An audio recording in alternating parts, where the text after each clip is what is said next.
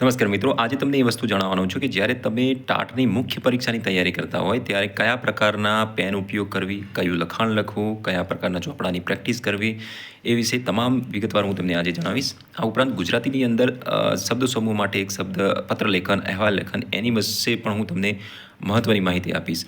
પરંતુ સૌપ્રથમ આપણે જોઈએ કે જ્યારે આપણે મેન્સની તૈયારી કરતા હોય ડિસ્ક્રિપ્ટિવની, લખાણની, ત્યારે સૌપ્રથમ તો આપણી પસંદગી હોવી જોઈએ કે પેન આપણે કયા પ્રકારનો ઉપયોગ કરીએ. તો જુઓ, તમે આ જોઈ શકો છો, મારી પાસે પેન છે, તમને બતાવી દઉં.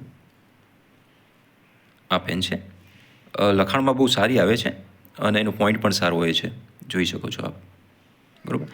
આ ઉપરાંત ચોપડા, તો મેં ઘણા પ્રકારના ચોપડાઓ લાવેલા છે અને એની અંદર હું તમને બતાવું કે યુવાના મેં ચોપડા પસંદ કરેલા હતા, જાડી સાઇઝ હતી, એટલે જેટલું લખવું એટલું લખાઈ શકે છે.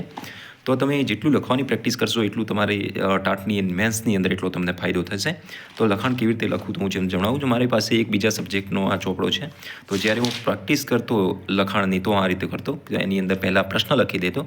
પ્રશ્ન લખ્યા પછી એનું જે હેડિંગ, કયું સબ્જેક્ટ છે, શું છે, એ બધું લખી દેતો. એના પછી આ પ્રકારનું હું લખાણ લખતો. અલગ અલગ પેનનો ઉપયોગ કરતો. આ ઉપરાંત હું અંડરલાઇન પણ કરતો, મહત્ત્વના ટોપિક પણ એની અંદર લખતો. તો આ પ્રકારે મેં મેન્સનું તૈયારી કરેલ હતી. તો આ ચોપડા યુવાના છે અને આ પ્રકારની પેન છે. તો આ પ્રકારની પેનનો ઉપયોગ કરી અને તમે લખાણ સારું, તમારા લખાણની અંદર ઇમ્પ્રુવમેન્ટ લાવી શકો છો.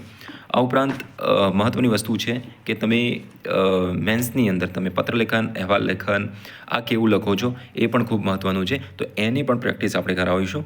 હવે નેક્સ્ટ વિડીયો જે આવશે, આપણે શબ્દ સમૂહ માટે એક શબ્દ આવશે, એની અંદર લગભગ આપણે 500 શબ્દ સમૂહ માટેના આપણે એનો ઉપયોગ કરીશું. તો વિડીયોને લાઇક કરી દેજો, શેર કરી દેજો અને સબસ્ક્રાઈબ કરી દેજો, જેથી કરીને તમને અવનવી માહિતી, મેન્સ રિલેટેડ અને પ્રી રિલેટેડ માહિતી તમને મળતી રહેશે. અમારો ઉદ્દેશ એક જ છે કે તમને સારી બાબત મેન્સની અંદર મળતી રહે અને મેન્સની અંદર તમને કયા પ્રકારનું લખાણ લખવું, કેવું લખાણ લખવું અને જેના લીધે માર્ક્સ તમે વધારો કરી શકો, એ અમારો ઉદ્દેશ છે. તો ચેનલને સબસ્ક્રાઈબ કરી દેવાનું ભૂલતા નહીં. નમસ્કાર.